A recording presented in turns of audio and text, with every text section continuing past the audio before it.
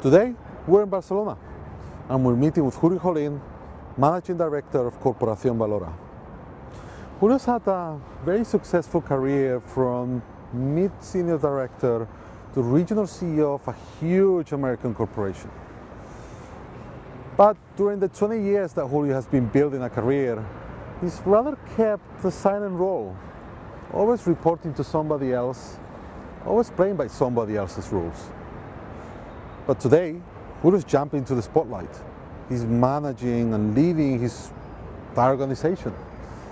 So now that he's making the rules, is he going to stay true to his own style of leadership? Or is he going to fall in the same corporate traps that he spent years navigating? We'll see.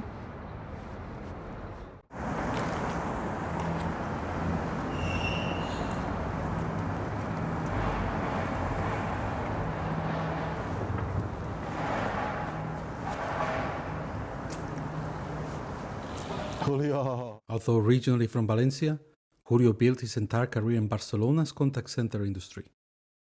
Now, when most people hear contact center, they immediately think India, Philippines, or any other massive offshore operation. But over 3 million people work in contact centers across Europe. Spain alone pulls in over $4 billion in BPO revenue. And during the last decade, Barcelona has become a hub for multilingual support. So if you've ever reached out to customer service from Apple, HP, Sarah, or any other major brand, it's very likely that Julio was behind that experience. For growing as a professional, how important is the city where you live? It's very important because at the end, or at least for me, the balance of the working balance between personal life and working is very important for me, and that's why it's important that you feel comfortable, because work is a big part of your life, but then you need to enjoy and you need to feel comfortable and you need to have a perfect balance between the work and the personal life, and that's why I think the city is very important. And to find talent, because during the last years there's been a lot of noise in Barcelona regarding the increase of rent, Airbnb pretty much killing the city, a lot of anti-tourism noise. Is that still attracting talent, or do you think that's impacting a little bit how Barcelona can grow? I mean, if you compare to other European cities, the growth of rent is very similar, and I don't think that if you go to Paris or London or Berlin, the cost of rent is going to be that much higher. But it's true that it's probably that has slowed down a little bit the different type of people. Before in Barcelona, there was all kind of talent. Now probably the people that can afford to come to Barcelona are more limited, but it's still very attractive and it's not far away from other European cities. That's good. So you've had a really good career in Barcelona. You started as operations director at Cellvitel or Singular back then, or it was already Cellvitel. You've grew slowly in the company, you became vice president, then you merged with WebHelp, then you became CEO of the region, and then to Concentrix. So how does that happen? Is that something that you look for? Is that something that you were aiming for, or you were just sitting down and it just came to you? No, I mean, to tell you the truth, it's something that happened. I mean, obviously you need to be in the right place in the right moment, but also you need to have the correct background or the correct education in order to take advantage of those opportunities that appear in your life, because you are in the right moment, in the right place. And this is what it really happened. I mean, I was in the right moment. It was I entered in a company that was in the right spot, and that had, or we, in this case, I think we developed the real strategy for the company, and we really were good in the way that we set up the strategy, and we were in Barcelona because Barcelona was the right city to develop this type of strategy, and that's what it made happen, because we were in the right spot, but also we had the right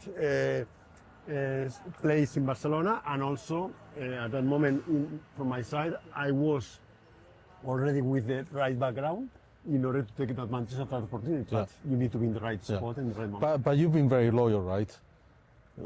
Per se, always keeping on the same company. What would you suggest to professionals today there's a lot of discussion regarding, is it better to jump between jobs because then on the short term you have a pay raise, or is it better to be loyal in the company and then try to grow with things? I mean, if you are for me, if you are in the right company, in the right spot, and you can grow together with the company in terms of salary, also in terms that the salary is very dynamic because it's doing, but you are doing a lot of things, why are you going to change? And because if you change, it's because you want to find new opportunities because you are not developing yourself in the existing company. So I think it depends if in that company you have the right evolution, or you have the right, or let's say you are being considered well in that company and they give you the right salary package. So why are you going to change? Because you already have that in that company and you have the comfort area. Is there a way to identify when you're right, at the right time at the right moment? Because that's key, right? Knowing that company's growing, they're investing, it's going well. How are you able to identify though? Yeah, because you get into a spiral of doing things that you don't stop, and you can see that all the things are changing from one day to the other, and that you can try new things. You don't feel that you are stuck in the same place without evolving professionally. And it's very difficult to say, is that you feel it, that you are in the right spot, and that you see that you are feel comfortable with the people surrounding you, but also in terms of evolving the professional skills, in terms of being considered well because they are giving you the right salary compensation. So it's difficult to say, but you feel it. You just feel it. You think there's a difference between European corporate culture and American corporate culture? Well, I don't think there's that much between American and Europe. I think the difference for me is between corporate and the rest of the companies. I think what I have seen in the last years with the acquisitions from huge companies from the United States, but I don't think that changes a lot from US to Europe, is the difference between corporate and small, medium companies, let's say. For me, what I have experienced now in the movement that I have done from a corporation to a small, medium company is that in a corporation, it's very difficult that you have certain influence in what you say and what you think in the company. And it's the opposite in a small, medium. Whatever you say, whatever you think in that company makes a difference, and really you see the impact of what you are doing. And in the corporations, what I'm seeing is that it's very difficult to have that influence, to make the right choices. You are a number and you are not, let's say, well considered in the company because there are many people, and at the end, the ones that decide is just one person in the top headquarters taking the decision. And really, I see there a big difference. But it does not concern me a lot, because I see from the small medium, I think you are in a better position to adapt and be more flexible, to absorb or to adopt all these new technologies that are coming in, like artificial intelligence. You think that's something that it's being done in purpose, that you have a good salary, a good title, they treat you well, but then you just stay there and maybe you kind of lose the ambition? Because one thing is, you need to keep your talent, right? Especially you've been there a long time, you really know the industry, you know the business really well. But at the same time, they're doing it in a way where you kind of lose the ambition and just get too much uncomfortable. Completely. I mean, as I was saying, you are in a comfort zone there. You have the right salary package. You are surrounded by the same people. You feel comfortable. You know how to do things, but it's just a continuity. I mean, if you compare to the initial times of Sell by Tel, that everything was very dynamic, everything was changing day by day. This is not happening in a corporate, because then your decisions do not have the same influence as they were before. And it makes a difference. And as you said, you have the right salary package, you go to big meetings, they make you feel that you are very important, but then you are not that important, but because you are going to luxury meetings, flying business and this type of superficial things, but at the end are good and important. I mean, and really feel you that taking that step forward, because outside of there, there is a lot of uncertainty. You don't know what are you going to find outside of that, and it's not easy to take that step forward and say, okay, I'm leaving. So now that you're managing director, what does that actually mean? So what do you really do? Well, basically, at the end, my type of work is the same as I was doing before. At the end is executing the strategy that the team has decided to implement. The team or the management board has decided to implement in the company. And my main task is execute that strategy. And really then is just being a team player. I mean, I have a team and trying to be surrounded by the best talent in the company, and trying to make the right execution, because this is what makes a difference. I mean, you need to have a good strategy, but at the end the execution is similar to the startups. I mean, the strategy and the idea is key, but very important aspect is really the execution. Julio joined Corporación Valora. It's a holding company with several businesses, and they're making a big bet on tech, specifically contact centers, which makes sense because they already run one the traditional way. But here's the thing. Customers expect perfect support while companies need to cut costs. And traditional contact centers are still running the same playbook from 10 years ago. The tech hasn't kept up. And that's created this huge gap around what AI actually means for this industry and a massive opportunity. And their solution to this problem is Beyond CX, an AI company rethinking how contact centers should work from scratch, which is bold when the whole industry is still figuring this out. And I joined that group 1 year ago, and I am the managing director of the whole group. And there are different companies in different industries, and now I'm quite focused in the technological company of the group that is based in artificial intelligence, especially for all type of companies, including the BPO, especially the BPOs, because they are helping the BPOs to automatize the processes that they are currently doing. And this is my main focus now, is that technological companies that we just set it up a few months ago, and we create a company, it's named Beyond, and we also acquired a company that is called Cognia in Colombia. Initially, Beyond, what they do is operate technology in the different business processes. So at the end is using different technology. Initially, and I will explain why, we were agnostic to technology. So we were using different technology and setting up the technology to operate the process end to end for a BPO company. And we were agnostic because we were using different technologies. We were not stuck to one or other technology. However, we find an exceptional opportunity in Colombia, and we acquired a company. They create technology, and now we are not agnostic to technology. We are using technology from Cognia to operate that technology.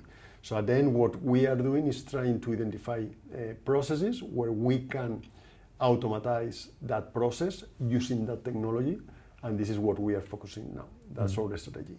The possibilities of artificial intelligence is changing dramatically. This is what we are seeing in the day-to-day.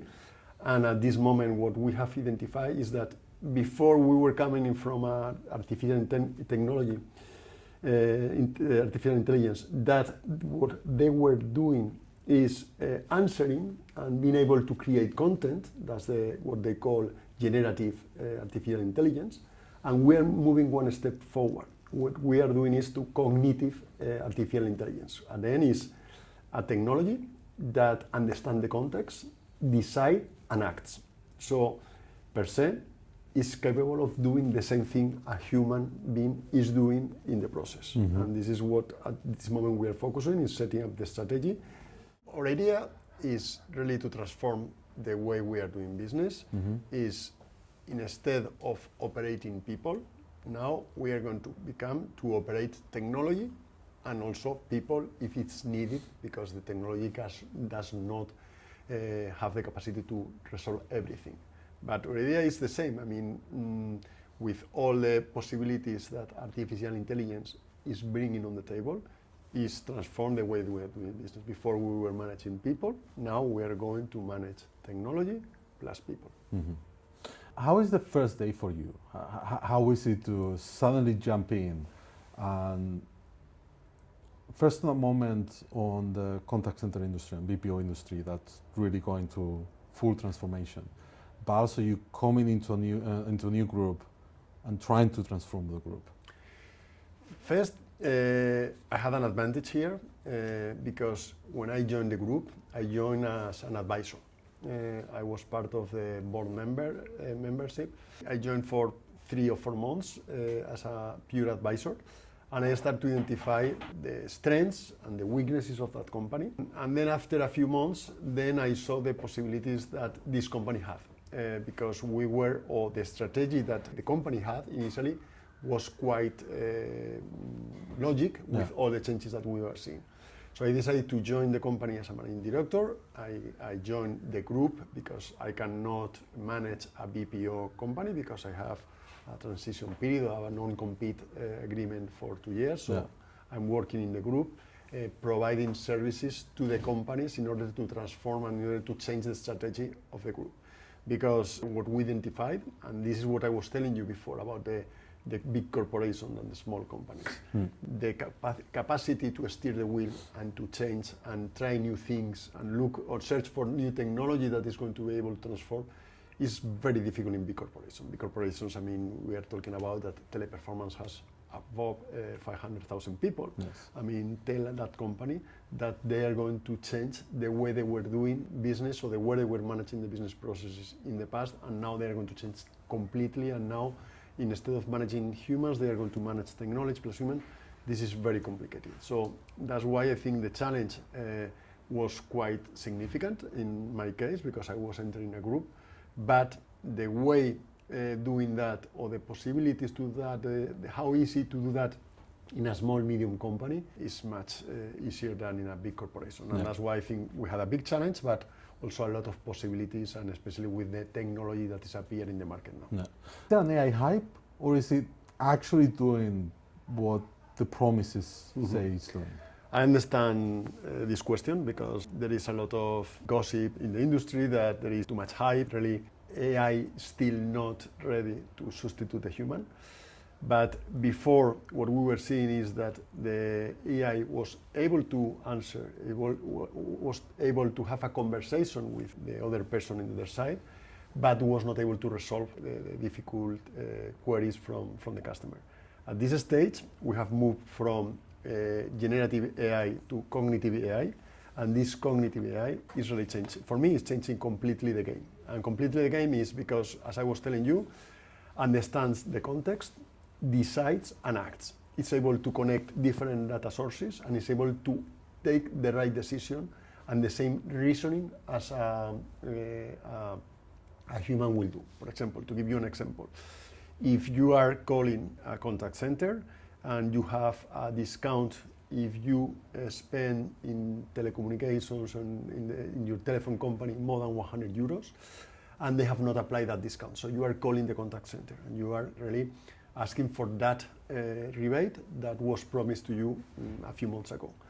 And the vocal agent is capable of contacting the different data sources, is able to contact your contract, read the contract, go to the CRM, understands that they have not applied that discount, and really saying to you that that's correct, that they have not applied, and then they are going to apply the discount, and then connect with the SAP in order to apply that discount. And this is, at this moment, this is something that you can currently doing with AI, and this is changing completely the human task that they were doing by a vocal agent with the different agentics that are able to take the different actions in the different data sources. And do you think, because I'll give you an example, right? So Klarna, they came out last year and they made a lot of noise. We don't need no more humans, everything is automated. But this year they've been going slowly back into hiring again, humans for the contact center, the support. Is that because they were too early or too aggressive, or is just you need to be sure who's the right partner who's going to give you the right technology? I think probably it's a mix of all the things that you are saying. Is that probably they were too early, they were not with the right partner in terms of technology. But what we are seeing and what we are, and also there is an important thing. I mean, that technology, in terms of cost, at this moment, in some cases, is easier to do it with a human agent in maybe Egypt or Latin America, that with doing with a vocal, let's say, automatic agent or a robotic person doing it, a robotic agent doing it from wherever it's the machine. So this is still that cost involved that at this moment there is still not, I mean, I guess in the next weeks or in the next months, that technology, the cost is going to go down dramatically. But at this moment, still there is a question of cost. So I would say that it's a mix of the different things that you have just mentioned.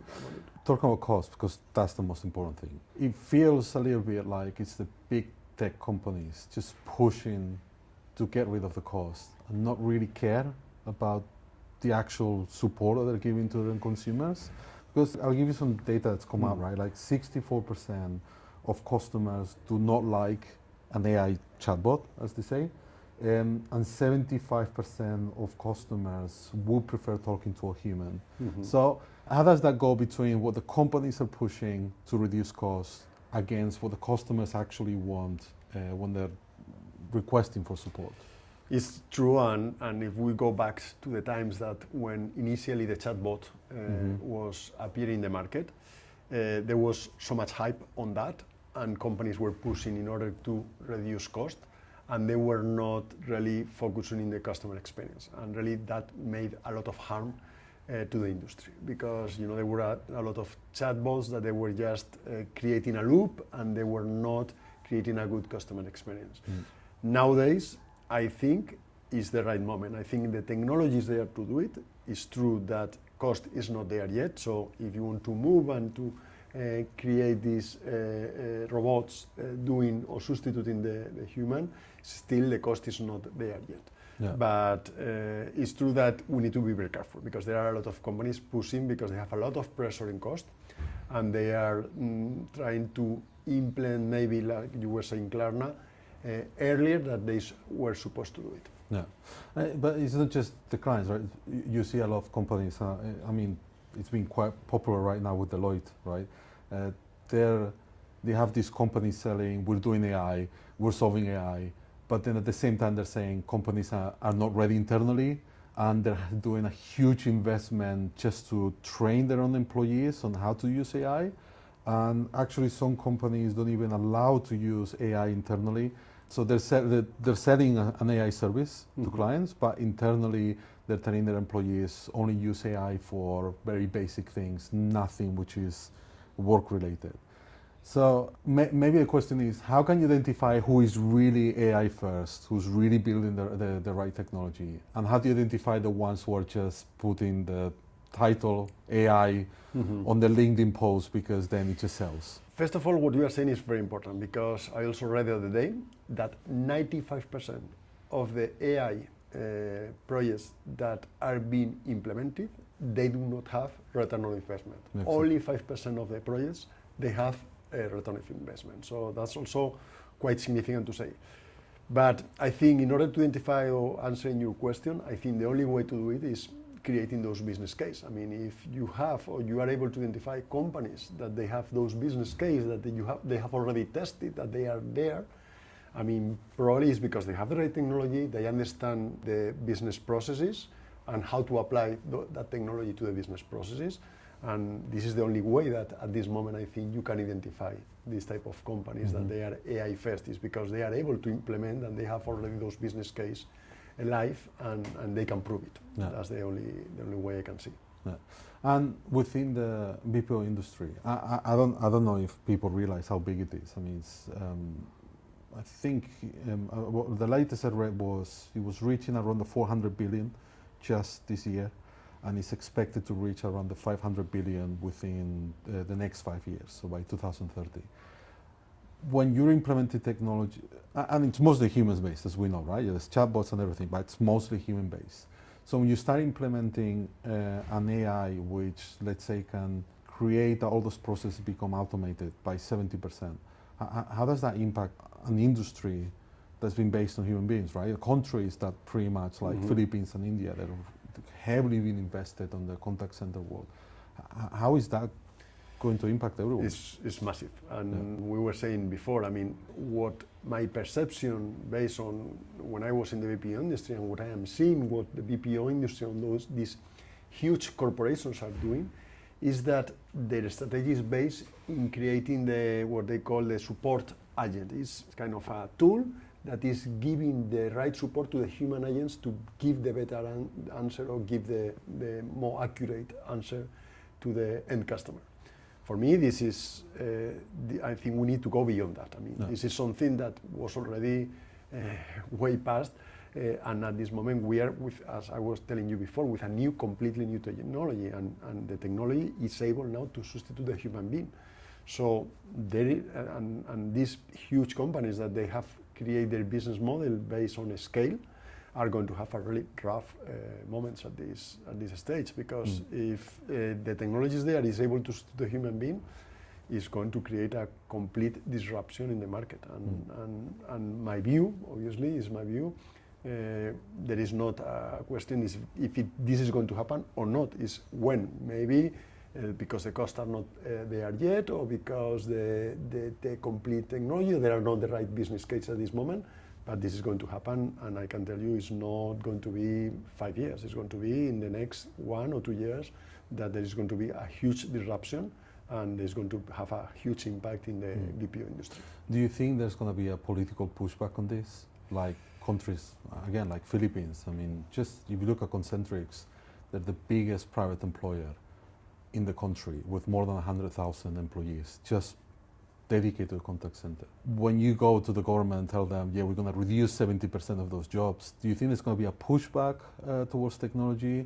Is there going to be some forces implemented into the industry saying, no, it needs to stay human, or it needs to stay, or certain steps needs to be in the human way? Do you consider that could happen? Yeah, but I mean, I guess they will try. They will try to do this type of things, but it's very difficult. I mean, very difficult because you have, nowadays, you are competing with all the world, and maybe in Philippines they put that restrictions, but in other continent or in other country, they don't put those restrictions, so those industries are going to move to other places, and unless there is a complete coordinate, and we see now in the geopolitical world, that's impossible. I mean, unless everybody is coordinated and all the different continents are saying this is the way of doing things, but I don't think you can put what they say barriers to the field, because everything is changing so quickly, and I see it very difficult. I understand that they will try to do it, but to be successful in this type of measures is going to be very, very difficult. So what's the ideal relationship that you need to have with a client to realign with the decision makers about, yes, this is exactly the type of support that you're expecting and that it's following the brand? Well, I think that for me is key. I mean, and this is the problem of the big corporations, is that, you know, the people that are deciding are very far away from the customer and the business process decision. And I think you need to be very close to the customer, and this is another difference between corporations and small medium customers, is that the small customers, you are very close to the customer, you are in every decision, you are taking the decision based on your customer, and the approach is completely focused on the customer, and it's like what we say, customer first. This is happening more in the small medium. In the big corporations, and understand, you cannot be that close to the customers, you take that distance because you have other decisions to take, you have to manage so many people, so it is very difficult in the big corporations. But for me, it's key is to be close to the agent, and in this industry is very well positioned because the technology is there, but also the BPO, they know the business, the business of their customers. They understand what are the processes, what are the frictions that they have, and how that technology can be applied. If there is only a technology company, they don't know what are the business process. They don't understand how that works and what are the frictions in the customer experience that they are having. So for them, it's very difficult to apply the technology in the correct way. And the BPO industry, they are in the correct spot at this moment to apply the technology to the business process that they also are experts, because they are in the day-to-day dealing with the customer and improving those processes. Contractually, what's the ideal relationship with a client? Because again, we're talking about they want to transform. They want their suppliers and contact centers to completely help them give the best support ever. But they have very strict contracts regarding KPIs and measurements that make it very difficult sometimes to be able to really try to transform. So what would be the right contractual relationship? What kind of contract do you need to implement to really allow your clients to let you, the experience, the one who knows about the BPO industry, how to actually transform their support? Well,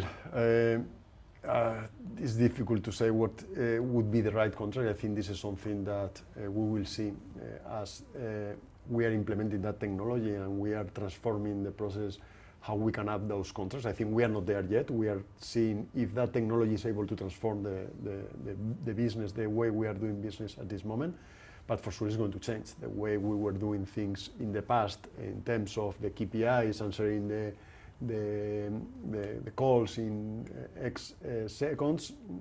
Now is not going to be that important. The important is going to make sure that the customer experience, how many queries are being solved by the agentic robot, and there are going to be other measures in terms making sure that you are providing the right experience, that you are having the right cost, and that you are making the right steps in order to not disrupt the business of your customer.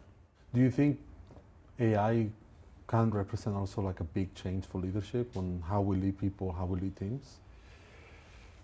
Well, at the end, leading people, technology is not going to be able to do it. What technology is going to give you good tools in order maybe to manage the people better. But at the end, the social skills, and for me, one important aspect of the leadership that probably we'll talk later is that the social skills. And this is something that a machine is not going to be able, technology is not going to be able to take over. I mean, that social aspect, the way you are managing people, getting the respect from the people, treating the people is something, and motivating the people is something that the technology is not going to be able to do it. And leading people, the technology is going to give you additional tools, but it's not going to be able to substitute the leadership in the way you are managing and motivating the people. What's the right way of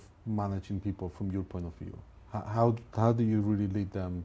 How do you ensure that they understand the vision, that what needs to happen? Especially at this moment where you're kind of coming in a new company. I'm sure you've already had the team that it's been inherited to you. So how do you manage to do that change? I think the same way I was doing in the past. I mean, now the difference is that we have a huge tool there that is going to at least disrupt the industry. But the way managing people for me has not changed. It's treating them with respect, having a consistent way of treating the people, not having peaks in or changing your mode from one day to the other. But I think it's quite easy. It's being yourself, respect the people the same way that you would be or you would like to be respected from the people there. And then it's very easy to say, but it's very difficult to do it. It's just become normal. I mean, be a normal person and treat the people in a respectful way, and that's the only thing that you can do in order to make sure that they apply the strategy that you are telling the people. Is just at the end is basically making sure that they follow you, that you have the respect, that they understand what they are doing, that you motivate them, and that they feel important. Because this is something what we were saying before in the big corporations. your decision does not matter. You understand, you identify that you are in big meetings with, I don't know, 20 people, and that you see that whatever you say, whatever you decide is not going to have any influence. In this type of companies, it's easier to manage people because you can motivate the people, because whatever they say, whatever they think, it's important for the company. And whatever the decisions that they take, they are going to be implemented, and they are going to have consequences for sure.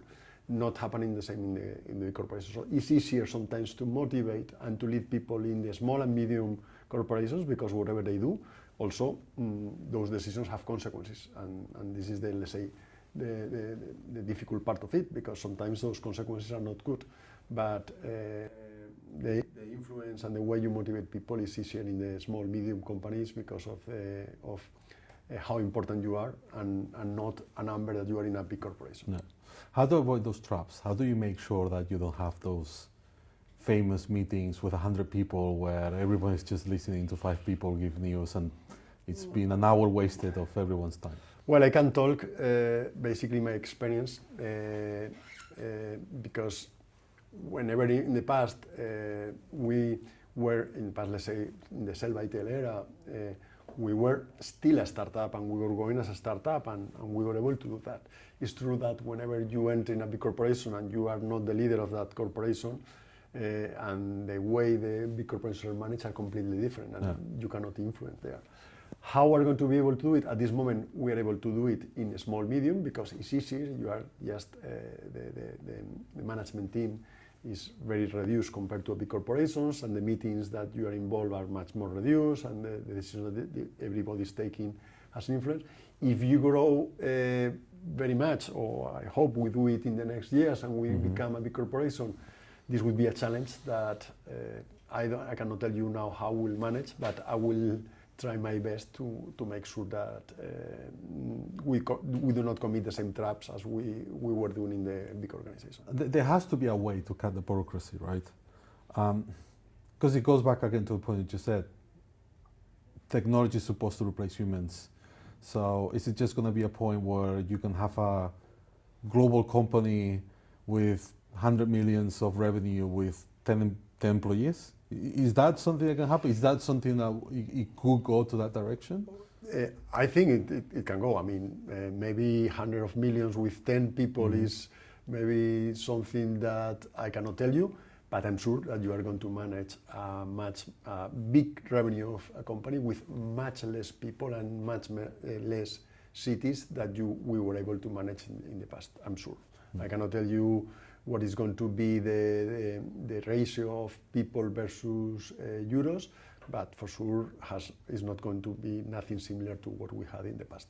On delegating, and personal experience has always been, when you delegate to a mid-management, that's where you see the blur on the lines regarding what the vision of the leadership has towards the communication down to the employees who are actually doing the work. How do you make sure that part on the middle doesn't make the noise? Because that really seems to be the problem of corporate world today, of why we have so many meetings, right? You might hire the wrong person at mid-level who doesn't have the experience on leading, on communicating, and that's where all the problems start to happen. So how do you make sure that mid-level is really the good connection between the two sides of a company? As I was saying, I mean, if you have that delegation and you trust the people, that those people are going to hire the right people also underneath them.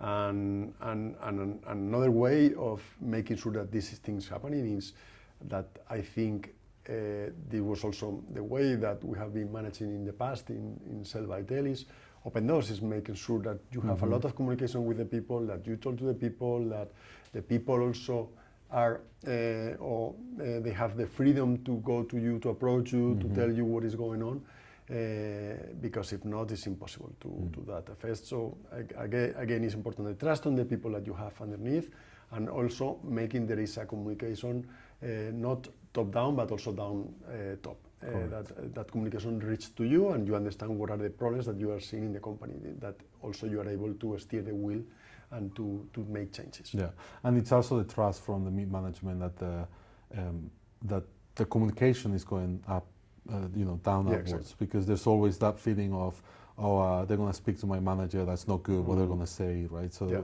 so it's building the trust, it's okay, they can complain, they can share, and then that's Exactly. level I four. think that's very important. That they have the trust that if somebody goes, it's just in order to improve, in order to make that communication flow much better, and not in order to punish them because they have not doing the correct thing, or they have not doing that. Because if not, then obviously that trust disappears. You've always been pro-office, right? About working in an office. Does that help? A lot. Yeah, right?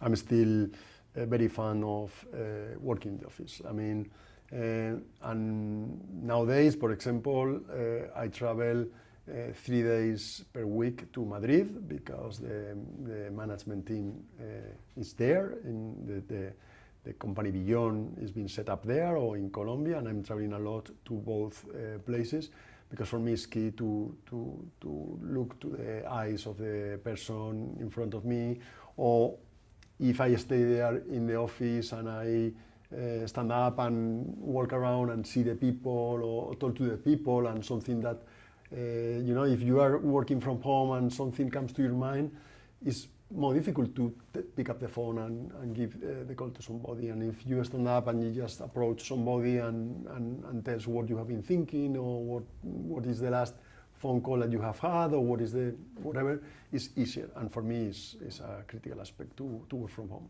Yeah, for me, from the office. Like, I agree with you, like, working from home is very comfortable, but when I was working for you, there was a lot of meetings.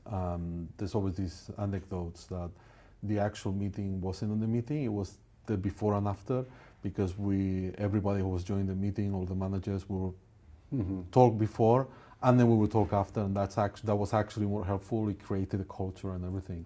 And now with the latest jobs that's being fully remote, the feeling of culture just it's much more difficult. Fully goes away. It doesn't matter what company you're working for anymore. Do you think that's why everybody and so many companies are pushing the return to office, and not just being that political, but more about, because then you feel like you're working for that company and not just for any brand? No, completely. Not only because of that, but what you were saying is that you are able also in this type of informal meetings after the formal meeting, that user experiences. I have been doing this in this customer. We have done this approach. We have implemented this innovation, and this is the result. These type of things. Probably, if you are not there in these informal meetings present, you are not going to know about it. So these are something to take in consideration that for me is critical. Now, it might sound old-fashioned, but there's real value in keeping some traditions alive. And there's one Spanish tradition that captures exactly that: the business lunch. It's not just about eating, it's where the real decisions happen, where you actually get to know someone. Because just like being in the office, it's about maintaining a culture that you can only build in person. So we headed to Asador de Aranda, a Barcelona classic. Because if we're going to talk about how Julio actually leads, that's a conversation that needs a proper table. I want to say a huge thank you to our friends at Asador de Aranda for hosting us and letting us film at their beautiful Tibidabo location.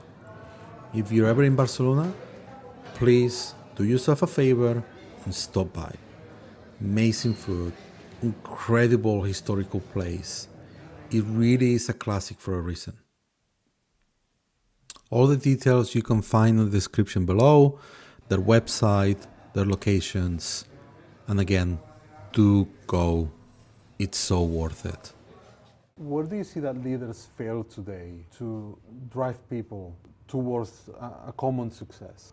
My impression sometimes is that leaders, they worry more about their career, about that leading the people and making sure that the people that they are surrounded to the leaders, they are the right support to take the right decisions. And they are more worried about the decisions that they're going to take, what are going to be the consequences, and more worried about the political stuff, about how or to whom they should get closer to and see what is the next promotion they're going to have, instead of worrying about the people. And I think that's maybe the main failure that I see in the leaderships nowadays. Do you think there's a lot of internal confliction regarding I want people to like me, I want people to see me as a visionary or as a leader, towards don't worry so much about that, just really focus on doing it well, solving a problem, and kind of everything goes? Yeah, I mean, and this is part of the reflection of the society nowadays, is that everybody's too much worried about what people are going to say about them, if what they think, what are they going to say about them, if what they are doing is well considered by the people around in the company. And I agree with you that this is a big also, I don't know if it's incorrect of doing things, but if people are too worried about what they think about themselves, what is the next step, because if they see me that way, I'm going to have more possibilities, or I'm going to be valued in the company, depending on what they think about me, and there is too much worry about that. It's like, in Instagram or Facebook and all these type of things, that people are very worried about what people think about what they are doing. And with the new generations coming up, where it seems like everything's happening so fast, right? Like AI, it is evolving so fast. Every day there's a new product, there's a new tool, but also there seems to be this feeling like I can make money very quickly. I can create something with AI, sell it, and then I'm out with millions. Is that the right approach, or would you be suggesting to them, relax, takes time? I mean, how do the new leaders coming up have to balance the speed of how technology is moving against actually doing something that makes sense? It's true. It's true that with the new technology coming in, people get confused about what you are saying, that people think everything is very easy and that they can make money very quickly in that sense. My here advice to these people is, in that case, is that experience, even though the technology is there and is changing completely, is very important. I mean, the experience is something that really helps you to take the right decisions.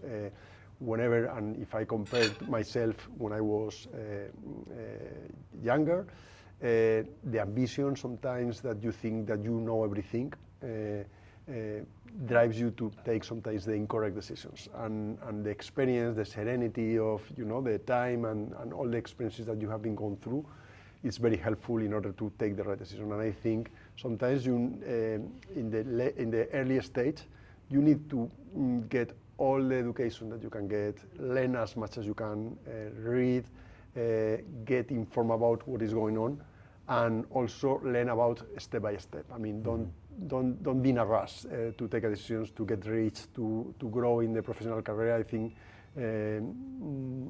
even though the technology is helping and there are very good tools there, you need to go step by step. Mm-hmm. Where do you see yourself in 3 years? Well, in 3 years, I see myself probably still having the right balance between personal and professional life. I see myself, and I'm very excited about the new opportunity of implementing the technology and the strategy that we have in the group in order to transform the way the companies are managing the processes.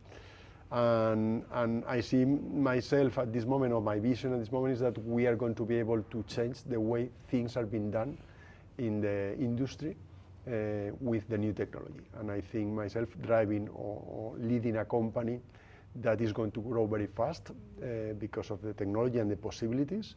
But again, step by step. I mean, we don't need to be in a rush. I mean, everything is new, and if you take decisions very quickly, probably you could fail because you are not implementing in the right moment and at the right time. So I think that's very important. And privately, how do you balance work and life? Well, I think this is the same philosophy I have had in the past. My idea is to take,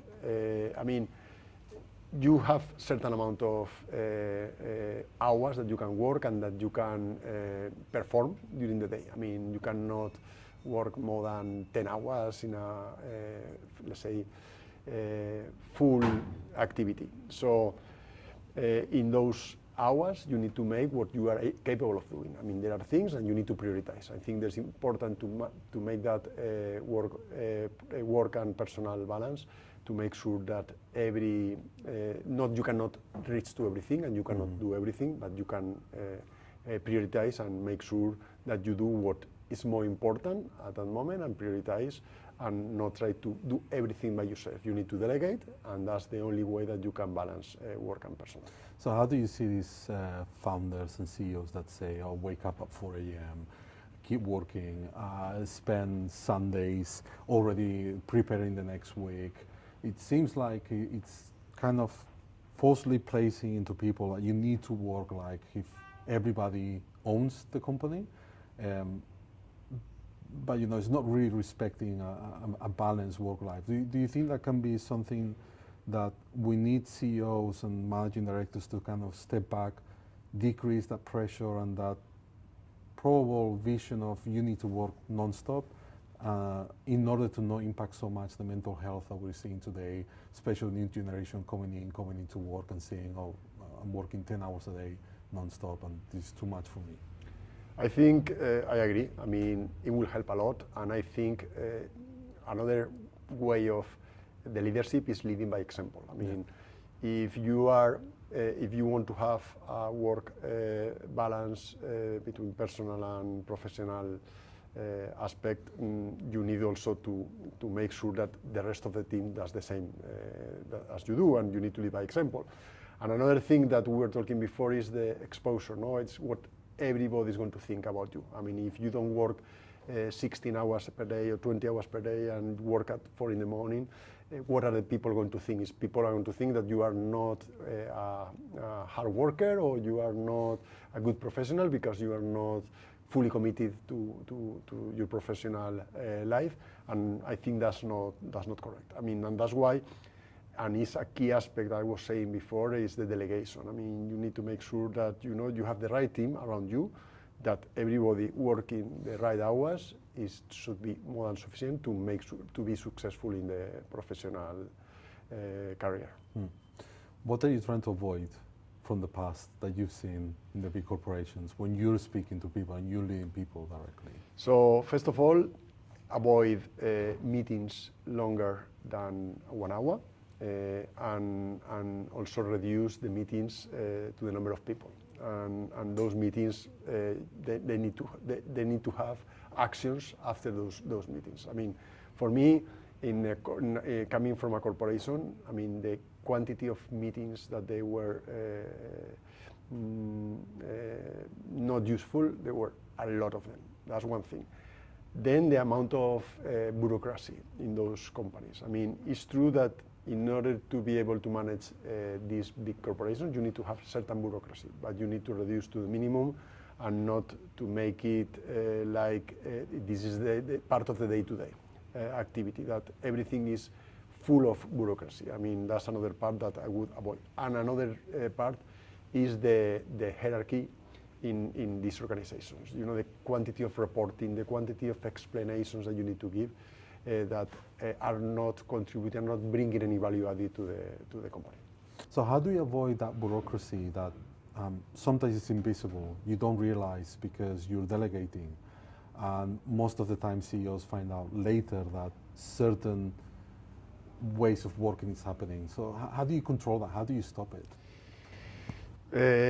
I don't have the clue really. I mean, for me, one important thing, what I was saying, is leading by example. And if you want to avoid that bureaucracy, you need to make sure that you delegate and that you are not part of every decision that is being taken. And this is, for me, another mistake that has happened in the past in the big corporations, is that the managers wants to be in every place. They want to control everything. They are not, or they don't feel comfortable in delegating. And for me, this is a very important aspect on how to make sure that there is not bureaucracy, everything, that every decision needs to go through the same streamline. Is that, decisions are being taken depending on which decision can be taken in certain levels of the organization. And not every decision in a big corporation is being taken at the top. That this is usually what happens, and this creates a lot of bureaucracy because you need full approvals from all the organization and this type of thing. So I think delegation is one way of avoiding that, and taking the decision at the right level of the organization, not always at the top. Talking about success, at what moment will you feel like you've reached success personally and professionally? Personally is that I feel comfortable and satisfied in the place I'm working, and this is what is happening to me at this moment. I feel very motivated, very self-confident what I'm doing is going to change significantly. And this is, for me, successful, for me personal-wise, because I'm working with surrounded by people that they are good professionals. I feel comfortable. I wake up every day happy to go to work, and this for me is a successful personally. Professionally is that if I'm capable of executing the strategy and transforming the business the way I have been thinking of in the future. And for me, this will be a successful operationally, and obviously, if we are able, because at the end this has to have a reflection, and the reflection is that if we are able to have the company at certain value in 2 years from now, this is for me will be the key aspects of successful personal and professional. And is there always, when successful companies start growing, they start putting the next limit. You think there's, or would you recommend that there should be a certain limit to how big you get, so then you don't fall into becoming a corporation that's uncontrollable? Or do you think that's just life? That's how professional life is, and you just need to make sure you do the best that you can when you grow? I mean, the advantage or the good part of where we are at this moment is that the growth with the new technology is going to help us to content that huge organization from the past. Because in the past, if you were growing, every revenue usually implies an additional headcounts. In this case, this is changing with the technology. That additional revenue of growth does not imply additional headcounts. So that's going to stop you from becoming a big organization, a big corporation as it was in the past. So I think this is going to be helping us to not become a very bureaucratic company with all this new technology.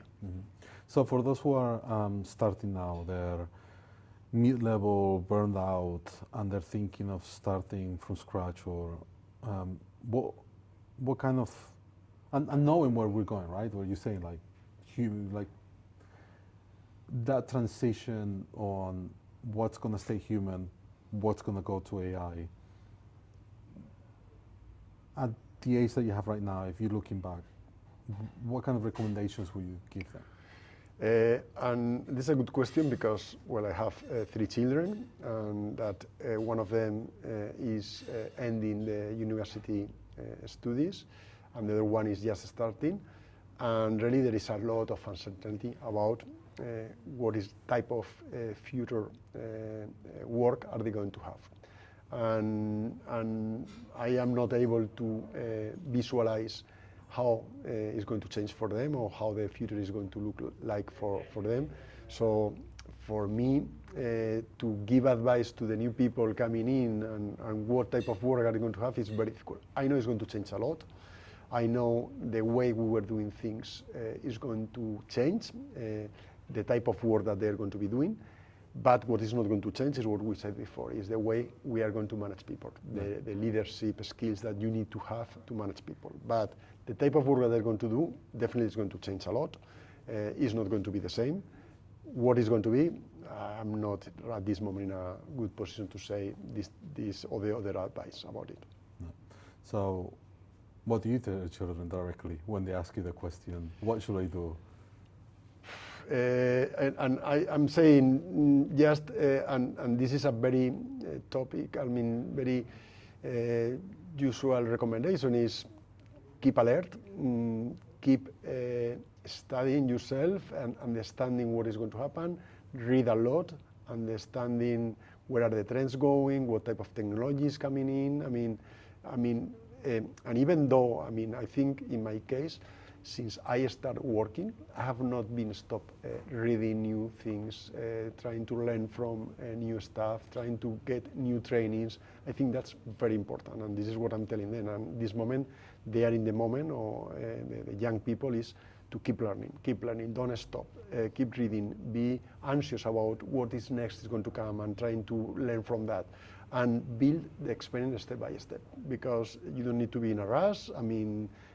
Life is very long, and every year the life expectancy is growing. Mm-hmm. So there is a lot of time, and the number of working years is going to still growing. So you need to be patient, keep learning, and keep reading, and be alert about what is going on in the world. But more precise advice is very difficult to say in that sense. Great. Julio, thank you so much. Thank It's you. been great to speak with Yeah. you. Cool. Best of Take luck with care. everything. Yeah. Now, I'm excited to see what Julio is going to do next. I've known Julio for many years, and actually he used to be my boss. And Julio has always seen the corporate world for what it truly is: an illusion of success, empty metrics, just corporate nonsense. He has an additional challenge now. He needs to redefine the company where he's in at the same time that he wants to transform an entire industry. The BPO industry, which right now doesn't really know where it's going. AI is really reshaping everything. And companies are starting to wonder and rethink what customer success actually means. Now, is it gonna be able to succeed? Or is it going to fall on the trap of we're just an AI company? He has the right vision, and he's trying to prove that leadership doesn't need to be complex and wrapped in AI hype. It just needs to solve the actual problem. So Julio's story is not about rebellion, it's about common sense.